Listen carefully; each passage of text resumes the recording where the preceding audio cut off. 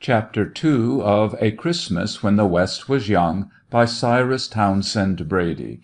Recording is in the public domain. Chapter II, Love and Farewell. Then suddenly, how or why they could not tell, the baby who had been perfectly strong and well, sickened. It was now winter. The weather had been generally mild as yet. Adequate shelter had been built for the livestock. The harvest had been safely garnered. They thought they were ready for anything, and so indeed they were for everything but what actually happened. Ah, neither men nor women are ever ready for that. They did the best they could, of course, but that was not enough. The man remembered a wild, furious gallop to the frontier town in search for the only physician for miles around. A wilder gallop back with the young doctor by his side. Rough and ready treatment, simple medicines, availed nothing. Prayers, petitions, heartbreakings, agonizings, these availed nothing either. The woman held to her breast at last a little form that was still. She laid against its warmth a little face that was cold. She drew up to her neck a little hand that fell away when she released it. Oh, the agony of those moments! For what purpose had the child been given, if now he was so swiftly and so suddenly to be taken away? Why do babies ever die? She looked from the still face of her little son to the set countenance of her husband, and sought an answer. Alas, he could not give it. She sought illumination from the grey clouds above them, and from them she received no light. She even asked the question in her heart of God himself, and alas, even he did not make reply. The baby himself, she thought tenderly, might have whispered the secret to his bereft mother, if only he could have spoken. It was the morning of the second day before Christmas when the baby died. They buried him on Christmas Eve on the brow of the hill, looking over the ocean of open country.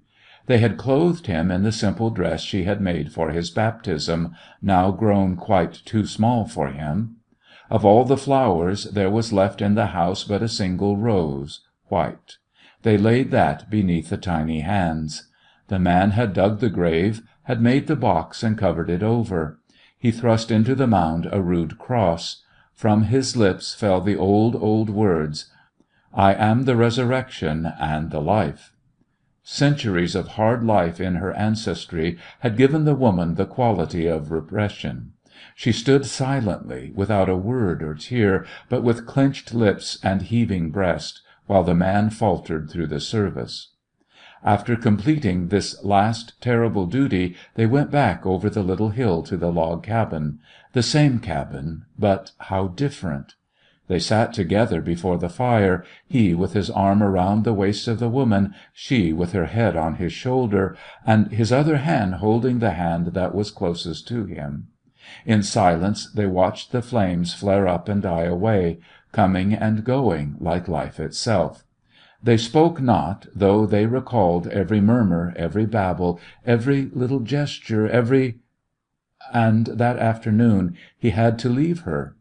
The Government Land Office required his presence, and tomorrow was the last day. If he reached the settlement that night, he could transact his business and be back again the next day by noontime. Of the two evils, the latter seemed the better choice. There would be a Christmas package from the old home there for them, too. He would bring that back. He explained it all to her. She nodded her head in dull acquiescence. He must go. He hated to leave her alone, he said, but she told him gently that she would never be alone again, that there would always be a little presence with her. 2 or 3 times before he had left her, but never like this, and his heart was wrung within him that he had to go.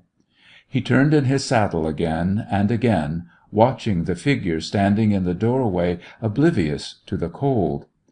He was too far away to see, but he could imagine how her eyes had wandered between the little cross-covered mound and his rapidly diminishing figure out on the prairie.